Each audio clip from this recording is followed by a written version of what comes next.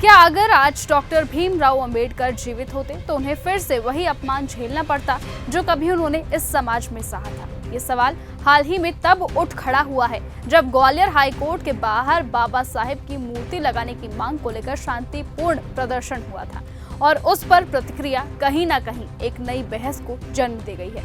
प्रदर्शन उग्र नहीं था लेकिन संदेश तीखा था। बाबा साहेब को सिर्फ सम्मान नहीं, हिस्सेदारी चाहिए। आरोप ये भी लगे हैं कि संविधान निर्माता के तौर पर अंबेडकर की भूमिका को धुंधलाने की कोशिश हो रही है। बीएन राव को संविधान निर्माता बताने की एक नई बहस फिर से शुरू हो गई है, जिस पर इतिहासकारों और सामाजिक संगठनों की राय बढ़ चुकी है। लेकिन असली सवाल ये है कि क्या हम एक ऐसे दौर में आ गए हैं जहां इतिहास के नायकों पर भी पहचान की लड़ाई लड़ी जा रही है? क्या हम उन प्रतीकों पर बहस कर रहे हैं जो समाज को जोड़ते हैं या तोड़ते हैं? बता दें कि अमेरिका की Columbia University doctor Bhimrao Ambedkar को अपने 100 महानतम विद्यार्थियों में गिनती है, लेकिन भारत में उनके योगदान पर विवाद की गुंजाइश क्यों बन गई है, ये एक बड़ा सवाल है। अभी कुछ ही दिन पहले हमने देखा था कि अमेरिका में डॉक्टर भीमराव अंबेडकर के बारे में जिस तरीके से पढ़ाया जा रहा था और बच्चे जिस तरीके से ध्यान से उनकी टीचर की बातों को सुन रहे थे कि वो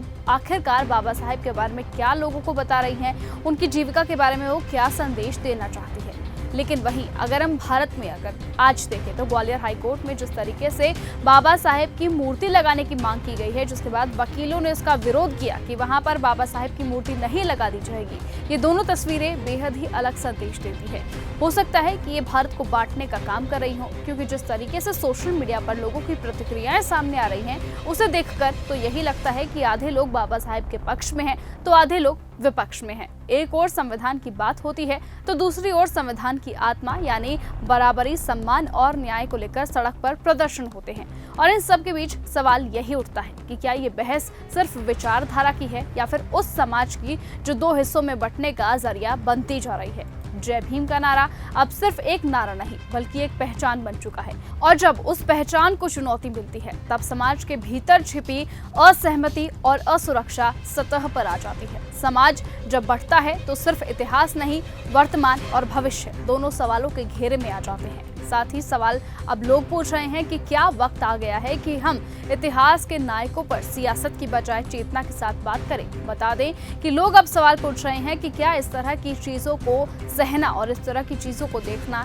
यही अब आगे रह गया है? क्या भीमराव अंबेडकर का अपमान सहा जाएगा? इस तरह के और भी सवाल हैं जो कि अब सोशल मीडिया पर आग की तरह फैल रहे हैं, नदी की तरह बह रहे हैं। बहरहाल ये आने वाला वक्त बताएगा, लेकिन फिलहाल आप क्या सोचते हैं कि क्या संविधान बाबा साहेब ने लिखा है या फिर बीएन राव ने? कमेंट सेक्शन में अपनी राय लिखकर जरूर बताएं और ऐसे ही लेटेस्ट अपडेट और खबरों के लिए आप बने रहें और देखते रहें न्यूज़ गंगा। नमस्कार। ऐसी ही खबरों को सुनने और देखने के लिए सब्सक्राइब करना बिल्कुल मत भूलिएगा चैनल न्यूज़ गंगा। खबरें अच्छी लगी तो लाइक का बटन दबाना बिल्कुल मत भूलिएगा। कमेंट बॉक्स में टाइप भी कर सकते हैं और हाँ, शेयर करना भी बिल्कुल मत भूलिएगा।